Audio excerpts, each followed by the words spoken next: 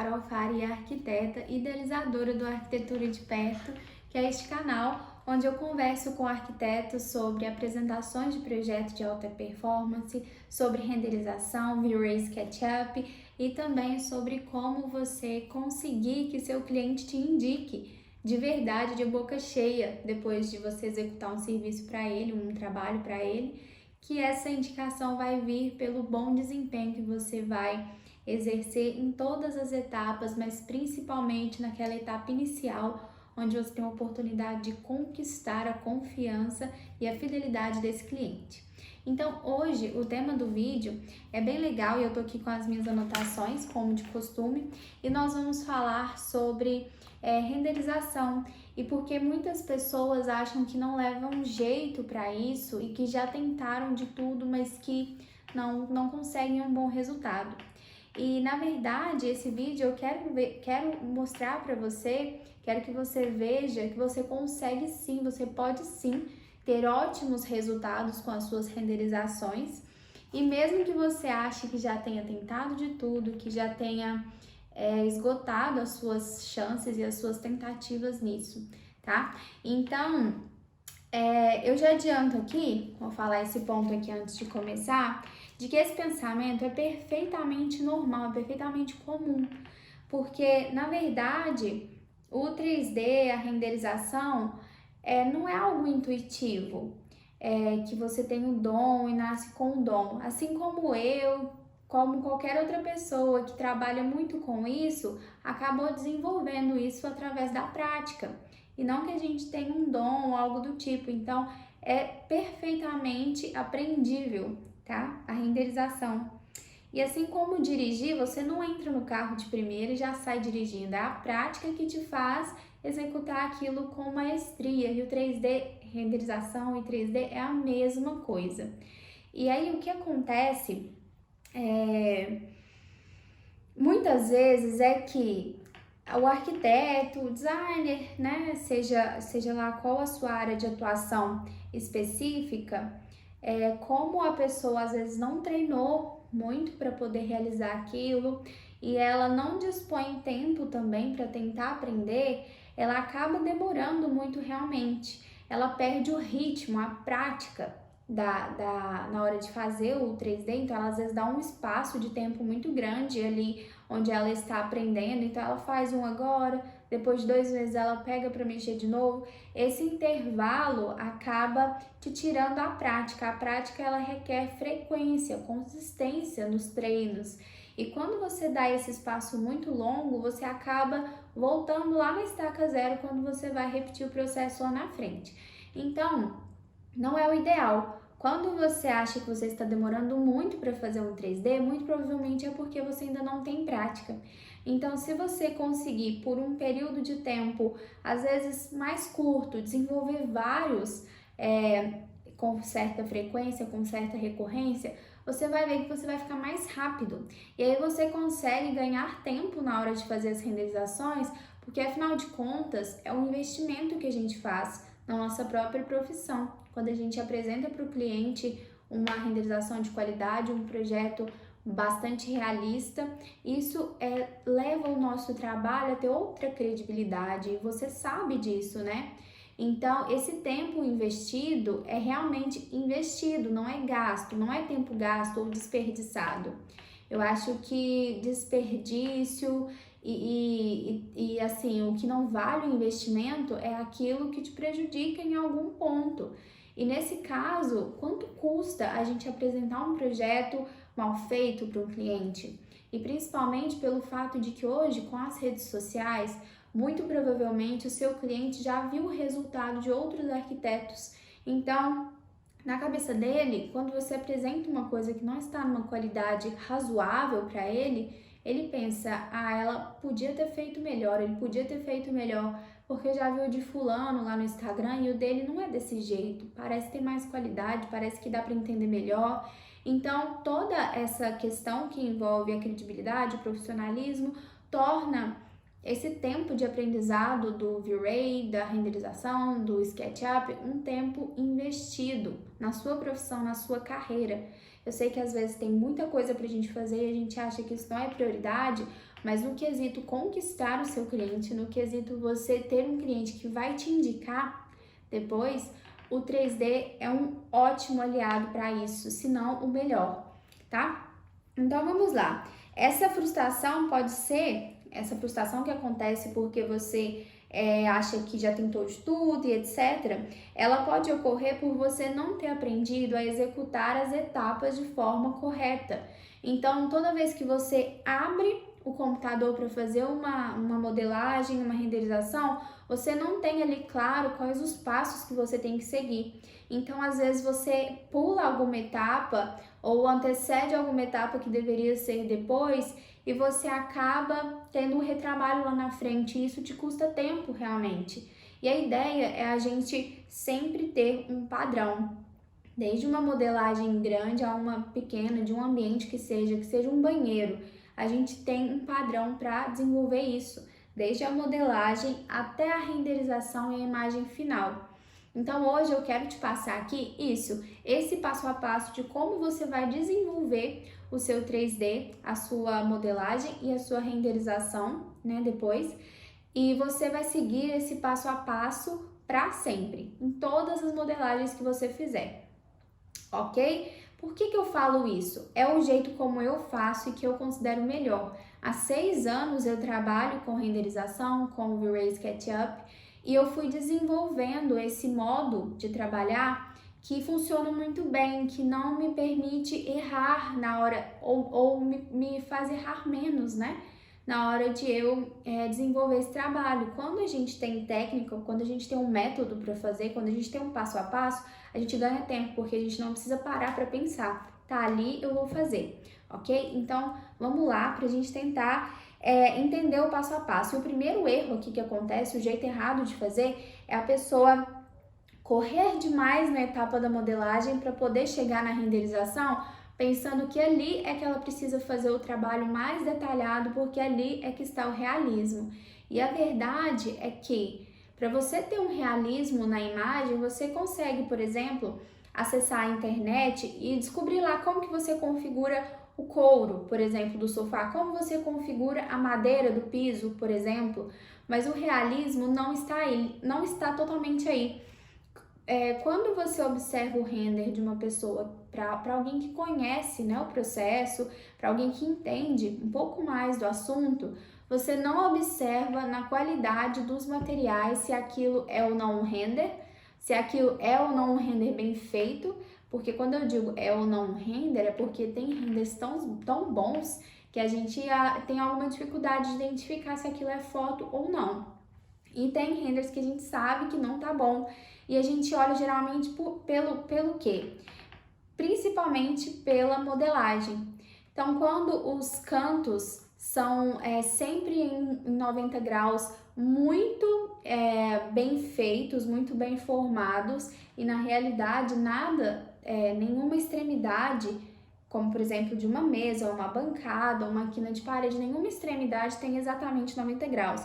Então, esses pequenos aspectos, a posição da textura que você coloca na hora da modelagem, que sempre deve acompanhar a direção longitudinal do seu objeto, as pessoas invertem isso e quando a gente bate o olho a gente já percebe que isso contribui muito para o fracasso, entre aspas, daquela imagem. E outro ponto muito importante que muita gente tem dúvida é a respeito da iluminação, que eu acho que talvez seja 70% do realismo da imagem esteja associado também à iluminação.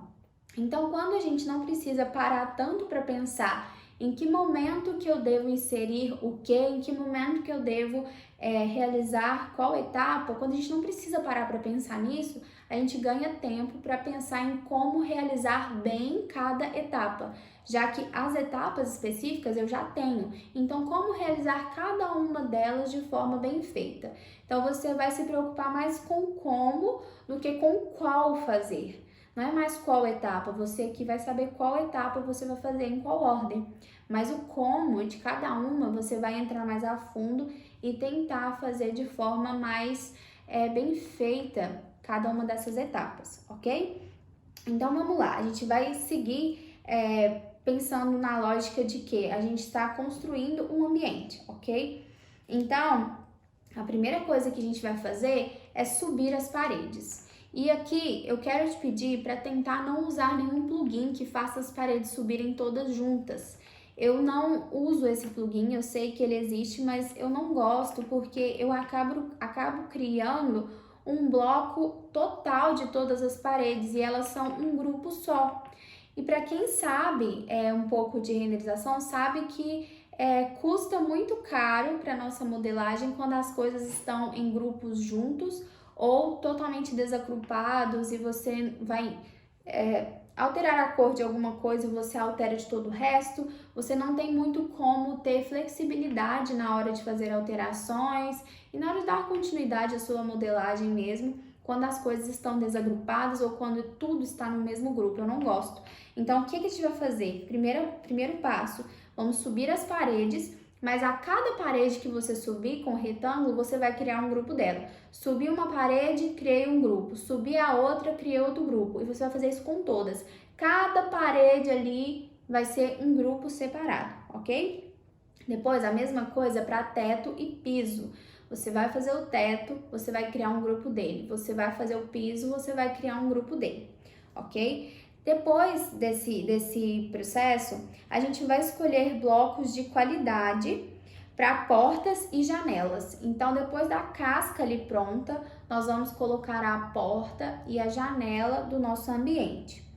E aí, a gente vai então escolher no 3D Warehouse, que é o site onde a gente busca bloquinhos de qualidade. A gente vai escolher blocos de qualidade para portas e janelas e a gente vai colocar lá na abinha de relevância, do lado direito do site do 3D Warehouse, a gente vai colocar em curtidas, porque essa categoria curtidas, ela traz os melhores resultados, os resultados mais curtidos por aquelas pessoas que utilizam o SketchUp e o V-Ray como forma de fazer maquete eletrônica.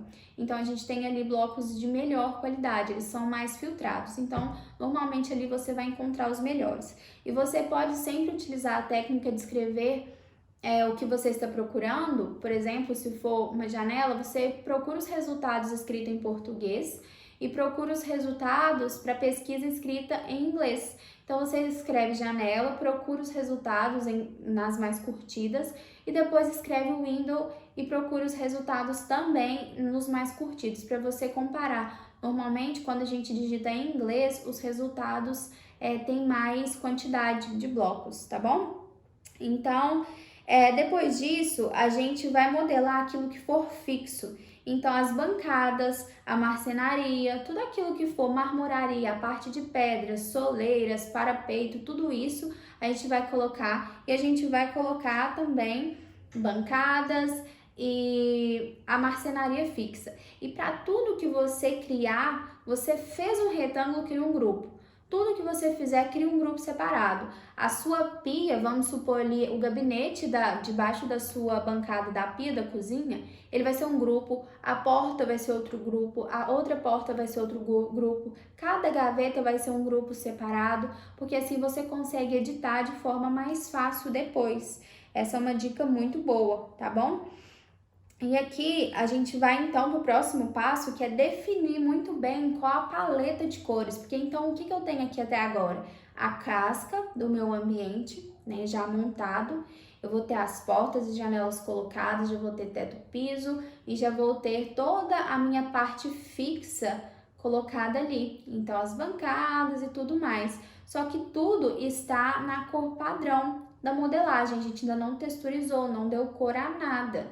Então, antes de a gente sair jogando cores lá dentro dessa modelagem para testar, o ideal é a gente definir uma paleta de cores para o que a gente vai utilizar. Então, a gente já tem um norte ali muito específico. Então, quando você para ali alguns minutinhos para definir uma paleta de cores, tudo que você vier a fazer depois, você só vai ter que escolher como você vai sobrepor essas cores em tonalidades e etc.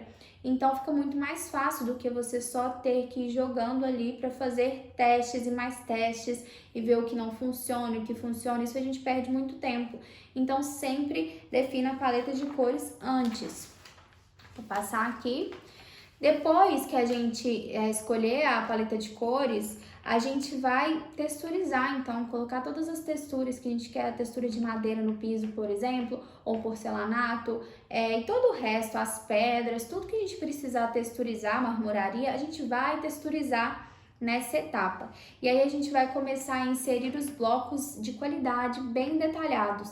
Então, blocos de sofá, cadeira, pia, geladeira, cama, né? Dependendo do ambiente que você estiver fazendo. E aqui uma super dica é você procurar itens que humanizam o espaço. O que são itens que humanizam o ambiente? É aquilo que faz parecer que esteve alguém ali, tá? Isso não é obrigatório você ter. Por exemplo, às vezes, se você for fazer uma apresentação extremamente formal, às vezes não caiba isso. Mas se você vai apresentar para um cliente, você sabe que às vezes é um projeto mais descontraído, enfim, eu sempre acho que é legal a gente dar uma humanizada realmente no ambiente. Então, por exemplo, quando você insere itens que fazem menção como se alguém tivesse passado ali pelo ambiente, sempre é legal. Então, por exemplo, alguma caneca, pantufa no quarto, um roupão pendurado em algum lugar, entendeu? Esses itens assim, por exemplo, alguma fruta em cima da pia da bancada, como se alguém tivesse passado por ali e deixado ali. Isso sempre traz realismo e tudo vai contribuir, porque cada um desses itenzinhos a gente vai configurar com muito cuidado depois, desde a laranjinha, maçã que estão em cima da pia, até o sofá, o tapete e as grandes composições ali do ambiente. Então você vai analisar muito bem a composição de cores que você fez. Então você já texturizou e agora você está colocando os blocos. Esses blocos, eles precisam também ter uma harmonia entre as cores ali das tonalidades, né, da paleta que você escolheu. Então tudo tem um norte. Você pode trazer esses blocos já coloridos e configurados já para as tonalidades que você quer, né, que você escolheu. Você pode trazer eles do 3D Warehouse assim, ou você pode trazê-los, blocos de qualidade que você escolheu, e transformá-los ali em quesito de cores, de textura, no que você precisa. E blocos de qualidade, quando eu digo, são blocos bem detalhados, com bastante informação. Então, quando você vê um bloco que ele tem muitas linhas quebradas, não é legal. O bloco que tem as extremidades arredondadas, bem definido, meio esquadria nos cortes, tudo assim bem modelado mesmo, você vê que tem bastante informação. Normalmente esses são os melhores, tá? Para você escolher. Então vamos lá, a gente inseriu os blocos de qualidade, a gente analisou a composição desses blocos com o que a gente já havia feito, de texturas e etc.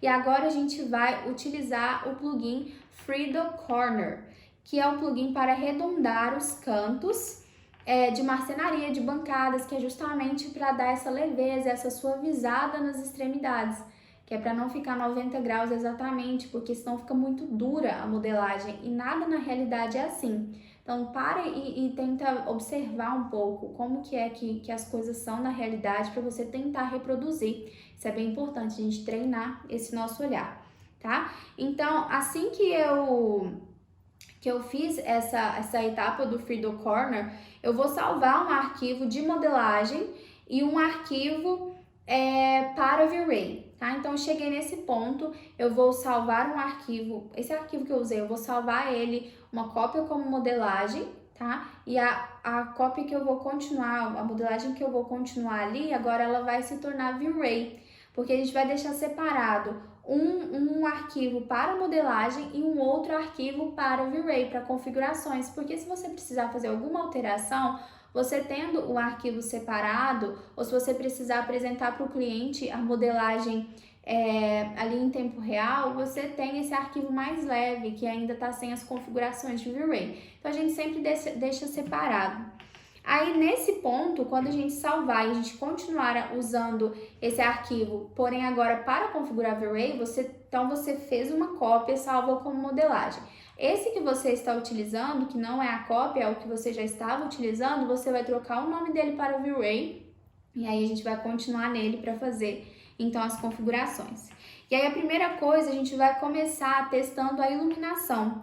Então a gente vai utilizar sempre o Material Override, ativado, a gente sempre vai usar ele ativado para que ele, eu não sei se vocês já conhecem, mas ele deixa todo o ambiente numa cor só. Então, normalmente o padrão é branco. E aí você não tem configurações de material, você consegue só inserir a iluminação. Então, eu inseri os spots de iluminação que eu quero, as arandelas, os abajures, todos já estão com as iluminações que eu quero. E aí, o que eu vou fazer? Eu vou deixar tudo ali no branco do Material Override e eu vou colocar, então, tudo de iluminação que eu quero, e quando eu renderizar, tudo vai estar branco, assim, vão aparecer os contornos, né, a cama, as almofadas e tudo, mas tudo no branco, porque aí a modelagem fica rápida e só o que é a iluminação que vai aparecer, e aí desse jeito você consegue configurar melhor essa iluminação. Então, se você precisar ajustar, diminuir um pouco a claridade ou aumentar um pouco de determinada luminária, etc., você volta lá, altera, coloca para renderizar de novo e vai fazendo os testes até chegar na iluminação ideal. Quando você chega na iluminação ideal, você desativa o Material Override e aí você vai começar a fazer as configurações de render, porque aí você já vai estar com a iluminação configurada e pronta para ser renderizada, a configuração ideal, a claridade ideal e etc. Então, depois a gente vai começar a configurar os materiais. Você vai configurar a madeira, o plástico, a pintura da parede, aquilo que é marmoraria, por exemplo, o mármore, o granito, o metal, a louça. Você vai configurar tudo isso, os vidros, né? E aí depois a gente vai fazer um refinamento, a gente vai rever isso tudo. E tudo isso ele precisa ser executado com muita paciência. E aqui eu queria fazer uma proposta de mudança de mindset mesmo, porque tem etapas do projeto, tem etapas do processo, eu acredito que de toda profissão, que as pessoas tendem a ter eu diria que talvez uma certa preguiça em fazer, porque parece ser trabalhoso, mas quando a gente para e pensa que isso faz parte da nossa profissão, que é parte importante e que dá trabalho mesmo, mas que tem que ser feito, a gente muda esse mindset, porque todas as profissões têm um lado assim, né? Então, provavelmente para o médico tem alguma coisa ali que é muito difícil dele fazer, que custa muito para ele fazer, talvez muito tempo, mas ele vai deixar de fazer se aquilo faz parte do tratamento do cliente dele, por exemplo. Ele está deixando uma parte muito importante de lado se ele fizer isso. Então, na nossa profissão, a mesma coisa, em qualquer outra, a mesma coisa. Por mais que tenha etapas que a gente goste mais e menos, se no seu caso o 3D é uma etapa que você gosta menos, você precisa mudar seu mindset. Tudo bem que você não gosta, mas faz parte e precisa ser bem feito. Você não pode passar por essa etapa correndo para chegar para a próxima, porque a próxima vai depender desta. E todas as outras dependem umas das outras também. Então, tudo que a gente for fazer, a gente tem que pensar: faz parte da minha profissão, faz parte do processo. Eu não vou fazer correndo porque precisa ser bem feito, tá bom? Então, por mais que seja trabalhoso, muda esse mindset, faz a coisa com capricho, porque o resultado vai vir, tá? Vai retornar para você.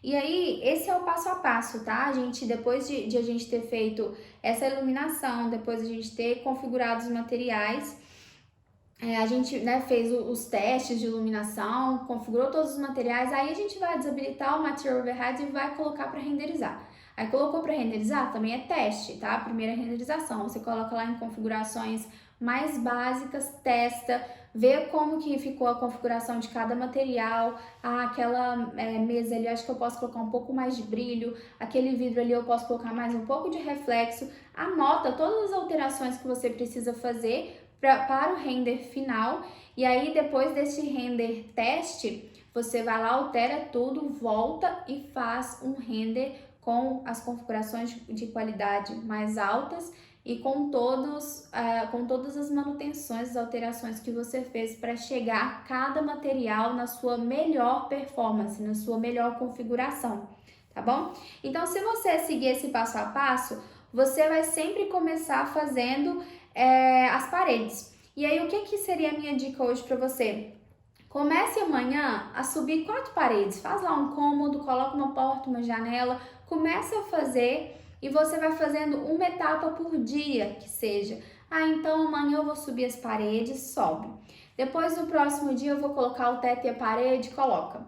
Depois no próximo eu vou colocar as portas e janela, coloca.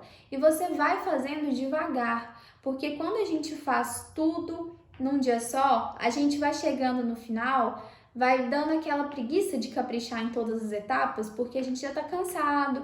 Então, quando você faz um pouquinho a cada dia, você renova a sua energia, a sua paciência para desenvolver aquela etapa. Então, você tende a fazer mais bem feito desse jeito.